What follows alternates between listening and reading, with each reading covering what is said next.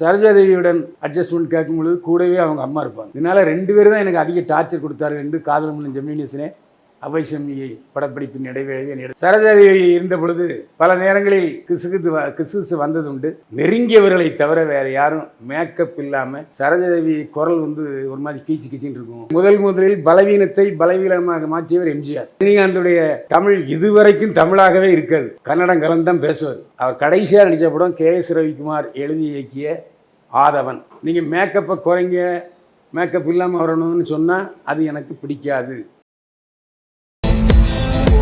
என்னை வாழ வைத்துக் கொண்டிருக்கும் யூடியூப் சேனல் நேயர்களுக்கு நன்றியும் வணக்கம். நியூஸ் 10 சேனல் நேயர்களே, 30 வருடங்களாக தமிழ் சினிமாவில் கதாநாயகியாக நடித்து புரட்சியாளர் எம்ஜிஆர், நடிகர் சிவாஜி கணேசன், காதல் மன்னன் ஜெமினி கணேசன் என்று அத்தனை நடிகர்களுடைய ரசிகர்களின் மனதில் இடம்பெற்ற அபிநய சரஸ்வதி, கன்னடத்து பைங்கிளி, 87 வயதான சரோஜாதேவி இன்று மரணமடைந்தார் என்பதை வருத்தத்துடன் தெரிவித்துக் கொள்கிறோம். சரோஜாதேவி நிறைய பேர் சொல்லிட்டு இருக்கிற மாதிரி எடுத்த எடுப்பிலேயே அவர் கதாநாயகி ஆகிவிடவில்லை. அவர் 2 தமிழ் படத்திலும் ஒரு கன்னட படத்திலும் நடனம் ஆடுகிற குழுவிலே நடனக்காரியாகத்தான் அவர் அறிமுகமானார். சரோஜாதேவி சினிமா நடிகாவதற்கு காரணம் அவருடைய தாயார் தான்.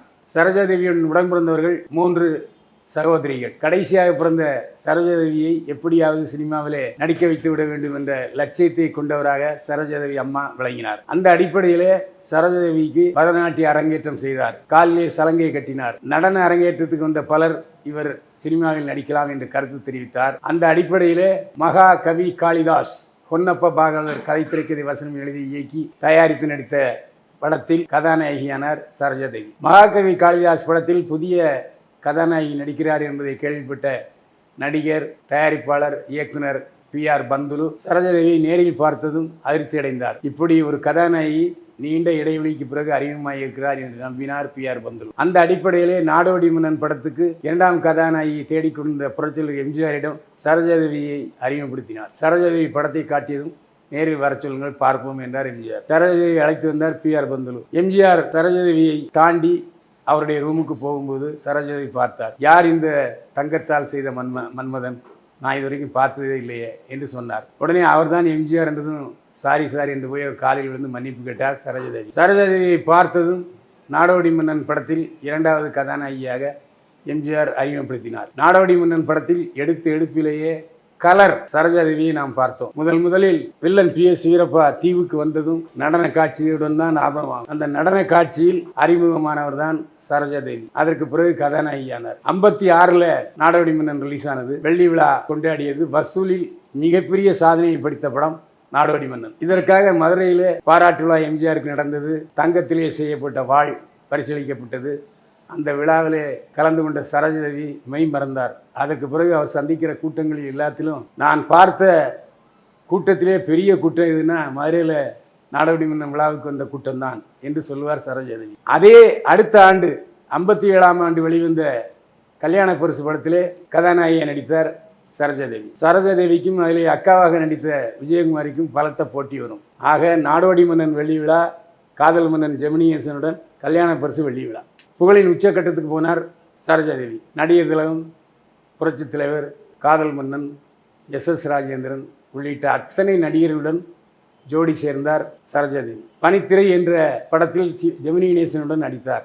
அந்த படத்தில் நடிக்கும்போது நாகேஸ்வரராவுடன் நடிக்க தொடங்கினார் சரோஜாதேவி. ஏனால் கால்ஷீட் தர முடியாத குழப்பம் ஏற்பட்டது. ஆனால் நாகேஸ்வரராவிடம் முக்தா சீனிவாசனுக்கு ஆதரவாக எடுத்து சொல்லி அந்த படத்தில் நடித்தார் சரோஜாதேவி. சரோஜாதேவியுடைய தந்தை காவல்துறையிலே பணியாற்றியவர், போலீஸ் துறையிலே பணியாற்றியவர். எனவே மகள் சினிமாவுக்கு போகிறது அவருக்கு பிடிக்கவில்லை.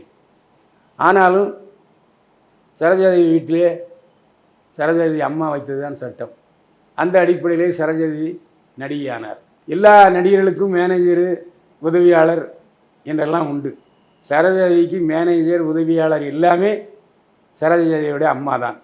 கால்ஷீட் கொடுப்பது கூட அம்மா தான். சரோஜாதேவியை கண்ணின் இமை போல் பார்த்தார் சரோஜாதேவியின் அம்மா. இது பற்றி அவ்வை சண்முகம் படப்பிடிப்பில் காதல் மன்னன் ஜெமினி கணேசன் சொன்னார், 2 நடிகைகள் எனக்கு ரொம்ப டார்ச்சர்ப்பா.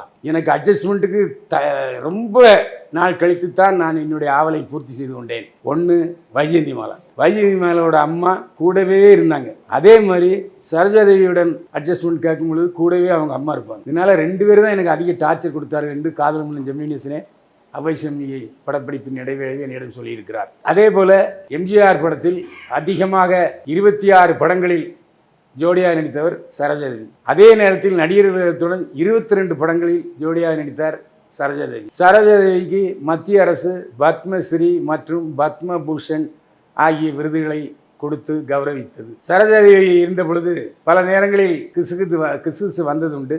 ஆனால் எல்லாமே கிசுகிசு என்று பொய்த்து போனது, பிசுபிசு ஆனது. அந்த அளவுக்கு ரொம்ப ஸ்டெடியா இருந்தார் சரோஜாதேவி. சரோஜாதேவியிடம் உள்ள ஒரே ஒரு ப்ளஸ் பாயிண்ட் என்னன்னா, இதுவரையிலும் அவருடைய நெருங்கியவர்களை தவிர வேற யாரும் மேக்கப் இல்லாம சரோஜாதேவியை பார்க்கவே முடியாது. ஷூட்டிங்க்கு வரும்போது முழுமையான மேக்கப்போடு வருவார். ஷூட்டிங் முடிஞ்சோடனே அப்படியே முழுமையான மேக்கப்போடு வீட்டுக்கு போய் அல்லது லாட்ஜுக்கு போய் கலைப்பார். அதற்கு பிறகு கதவை திறக்கவே மாட்டார். ஏன்னா அவருடைய நிறம் கொஞ்சம் கருப்பு, நம்ம ஊரில் சொல்லுவாங்க மாநிறம் என்று. அந்த அடிப்படையிலே எம்ஜிஆருடைய தங்க நிற மேனியனுக்கு ஈக்குவலாக மேக்கப் போடுறதுல கவனம் செலுத்துவார் சரோஜாதேவி. அதே போல் சரோஜாதேவி நார்மலாக பத்திரிகையாளரிடம் பேசும்போது ஒரு குரலில் பேசுவார். படத்தில் கிளி கொஞ்சுவது போல பேசுவார். பிஆர் சொன்னார், சரோஜாதேவி குரல் ஒரு மாதிரி கீச்சின்னு இருக்கும் அப்படின்னு சொன்னார். நேரில் அந்த படங்களை பார்க்கும்போது அவர் கிளி போல பேசுகிறார், அது ஒரு ஸ்டைலாக இருக்கும் என்று முதலில் பலவீனத்தை பலவீனமாக மாற்றியவர் எம்ஜிஆர்.